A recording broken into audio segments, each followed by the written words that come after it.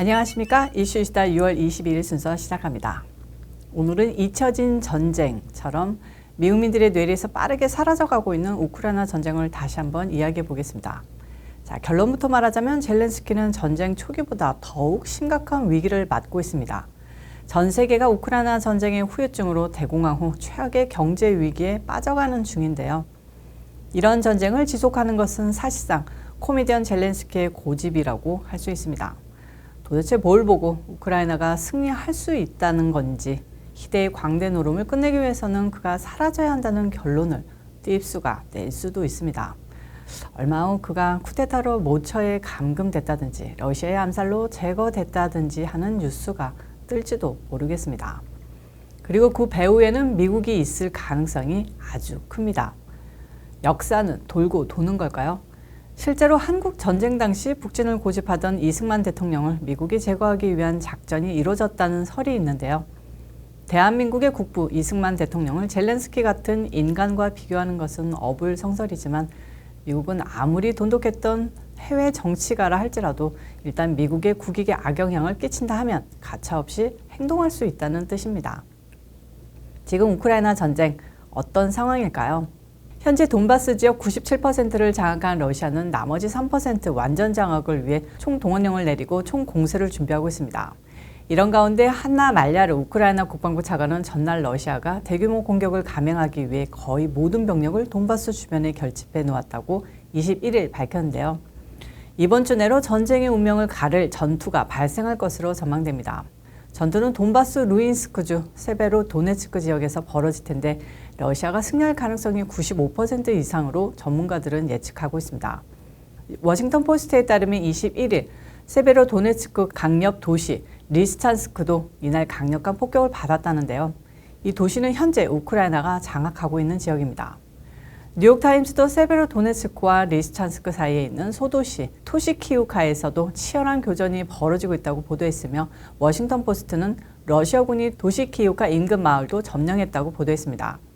러시아군이 토시키우카를 장악하게 되면 우크라이나군의 남동부 전선을 돌파해 두 도시 포위 전략을 완성하는 발판을 마련하게 된다는 분석입니다. 대부분 서방 세계는 우크라이나 동부 지역 전체가 러시아의 수중에 떨어지는 것을 기정사실화하고 있습니다. 다만 그 이후의 정세에 대해서는 갑론을박인데요. 푸틴이 그대로 승리 선언을 하고 한국 전쟁 당시처럼 우크라이나를 반으로 나눌 것이라는 의견과 기세를 몰아 우크라이나 완전 장악을 노릴 것이라는 의견이 있습니다. 오늘자 워싱턴 포스트는 전자의 경우를 더욱 주목했는데요. 우크라이나와 러시아가 한반도 상황처럼 종전 없이 초창기 대치 상태를 이어갈 수 있다는 전망을 보도했습니다. 내용 보면 전문가 분석을 미국 등 서방 국가가 우크라이나 전쟁 장기화에 대비하고 있다고 적었습니다. 한국 전쟁의 예를 들면서 남북한이 1953년 휴전 협정을 맺은 뒤 현재까지 공식적으로는 전쟁이 마무리되지 않았으며 중무장 군인이 배치된 휴전선에서 때때로 갈등 수위가 치솟는 상황이 발생한다. 현재 러시아 점령 지역과 나머지 우크라이나군 통제 지역 간의 대치가 길어지면 두 지역 사이에 한반도의 남북 대치와 같은 구도가 형성될 가능성이 있다고 분석했습니다. 또한 신문은 우크라이나군이 규모나 전력 면에서 현실적으로 러시아군에 밀리지 않는 교착 상태로 버텨내는 것이 최선일 수 있다면서 우크라이나가 최근 격전이 벌어지는 동부 돈바스 지역에서 러시아군을 물리치기 쉽지 않다고 했습니다. 무능의 대명사 마크 밀리 합참 의장도 최근 지휘체계 불안, 사기 저하, 군수 문제 등을 겪는다고 해도 동부 우크라이나 상황은 러시아 쪽으로 더 기울어 있다고 말했었는데요. 미국 등 서방 세계는 러시아가 동부를 완전 장악하고 장거리 미사일로 우크라이나 키이브 등 주요 도시를 지속적으로 파괴할 것으로 내다보고 우크라이나가 패퇴하지 않도록 끊임없이 지원 물자를 보내면서 전쟁 장기화에 대비할 것이라는 예측입니다. 특히 신문은 블라디미르 푸틴 러시아 대통령이 우크라이나를 넘어 이웃의 나토 회원국까지 넘보는 파국을 막기 위해 미국이 글로벌 경기 침체나 식량 위기 등 부작용에도 불구하고 우크라이나에 대한 지원을 계속할 수밖에 없는 상황이라고 전했는데요.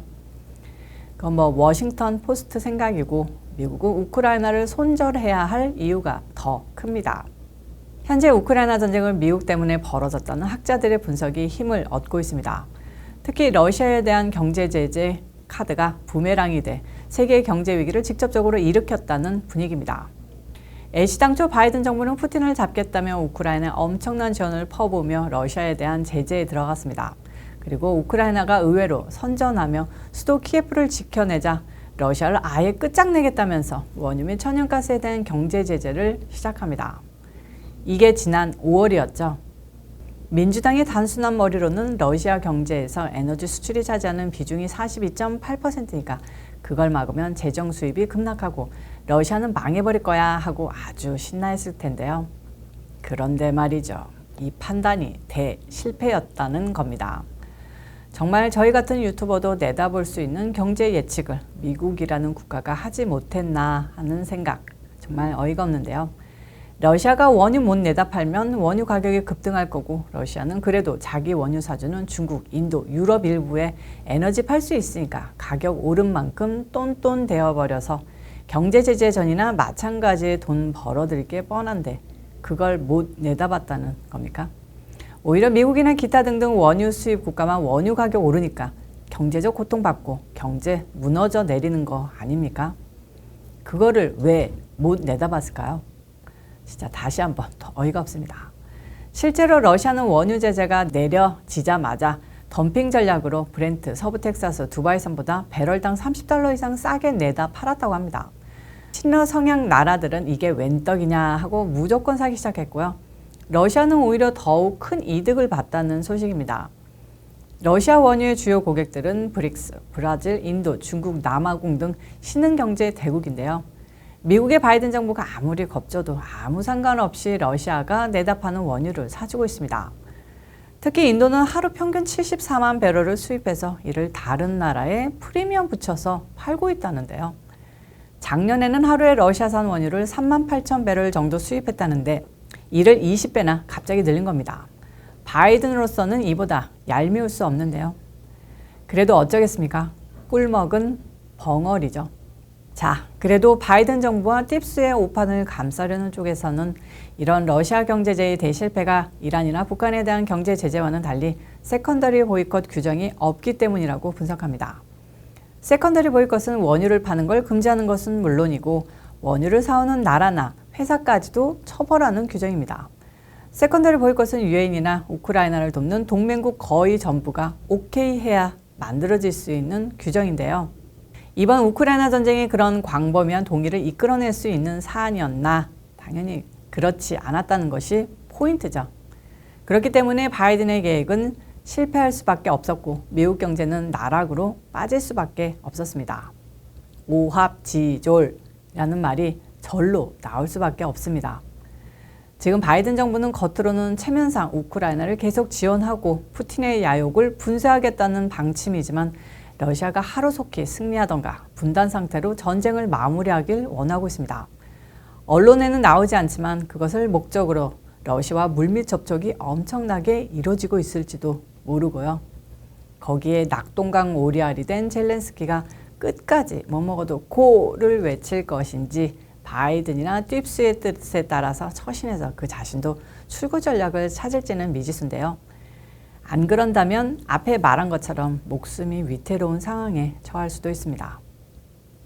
자, 여러분들 댓글들 너무 감사하고 특히 점심값 올라서 일식집 가서 초밥 안 사 먹고 우동 먹고 왔다는 며칠 전 얘기에 메릴랜드 올라오면 대접해 주시겠다고 말씀해 주신 구독자님도 계셨는데 말씀만으로도 감사드립니다. 좋은 날이 곧 올 것으로 믿고 오늘 순서 마치겠습니다. 시청해 주셔서 감사합니다. 오늘도 변함없이 좋아요, 구독, 알림 설정까지 꾹꾹꾹 눌러주시고요. 그리고 고고투유에서 지금 여름 서머 이벤트가 있는데요. 무료 배달도 있고 그리고 구이치킨 애난데일에서는 1+1으로 행사를 또 진행하고 있다고 합니다. 많은 이용 부탁드리고요. 저는 또 다음 영상에서 찾아오도록 하겠습니다. 바이.